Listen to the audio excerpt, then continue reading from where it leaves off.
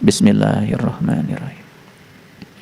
Para sahabat, kalau kita lihat dari hitungan bulan Ramadan ini hanya tinggal beberapa hari lagi.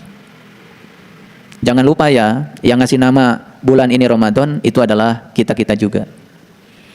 Makanya ada namanya bulan Muharram, ada namanya bulan Safar, dan terus banyak sekali nama bulan. Ada namanya Ramadan, ada namanya Syawal, ada namanya Sa'ban, ada namanya Rajab.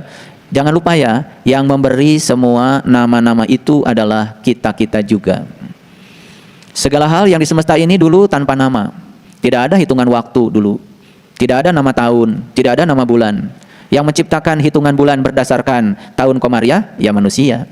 Yang menciptakan hitungan bulan berdasarkan tahun samsiah, juga manusia.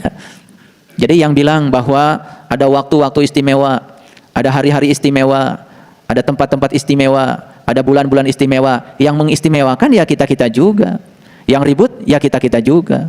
Karena bagi Allah semua waktu ya istimewa. Semua ruang yang istimewa. Menjadi istimewa tergantung kita mau apa tidak mengistimewakan setiap waktu dan ruang yang tersedia bagi kita. Jangan terjebak ya, melakukan kebaikan hanya pada bulan-bulan tertentu.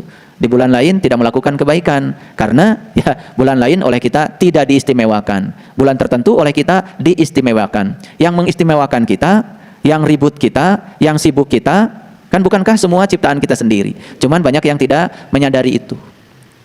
Oleh karena itu bagi saya ya, kalau Ramadan itu adalah saat di mana manusia merasa punya kemampuan melakukan kebaikan, harusnya kan Ramadan itu bukan 1 bulan. Ramadan itu harusnya 12 bulan. Kalau pintu surga hanya dibuka 1 bulan, berarti pintu surga tutup dong 11 bulan. Ya susah banget masuk surga, karena masuk surga harus nunggu bulan Ramadan. Apa orang yang berbuat kebaikan di bulan Muharram tidak masuk surga? Apa orang melakukan kebaikan di bulan Sa'ban tidak masuk surga? Siapa yang membuat ya terminologi itu? Kan kita-kita juga. Cobalah sekarang kita sadari bahwa sebetulnya setiap hela napas kita itu begitu berharga. Setiap ruang dan waktu juga begitu berharga. Menjadi berharga tergantung cara kita memanfaatkan setiap ruang dan waktu kapanpun. Jadi ya, jangan terjebak oleh paradigma seakan-akan ada waktu istimewa. Jangan terjebak oleh paradigma seakan-akan ada tempat istimewa.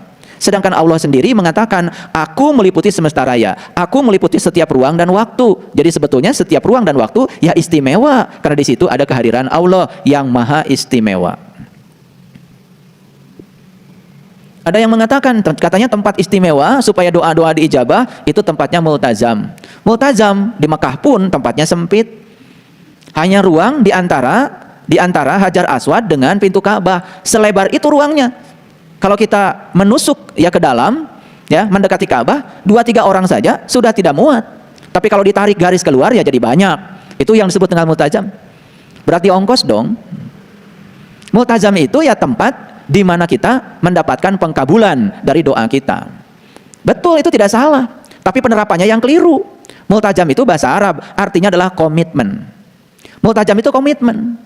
Kalau kita berkomitmen selalu untuk merasakan kehadiran Allah, maka setiap tempat di mana kita menjalankan komitmen kita, itulah multazam.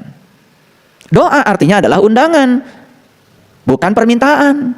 Bagaimana mungkin kita yang tidak tahu, kemudian mengatur-ngatur, ngajarin Allah yang maha tahu? Kan gak masuk akal. Jadi multazam itu adalah komitmen. Komitmen kita dengan diri sejati kita. Kalau kita punya komitmen untuk tetap berada di orbit dari diri sejati kita, mendengarkan nurani kita, mendengarkan titah dan perintah kebenaran yang ada pada diri kita, itulah multazam. Mau tinggal dimanapun, di ruang manapun, bisa menjadi multazam. Bukan suatu tempat yang diistimewakan di tempat tertentu. Jadi oleh karena itu agama itu kan akal. Karena agamanya itu akal, agama itu harus masuk akal. Yang tidak masuk akal, jelas dong sumbernya bukan dari agama. Itu dari ya, itu dari kebodohan kita sendiri.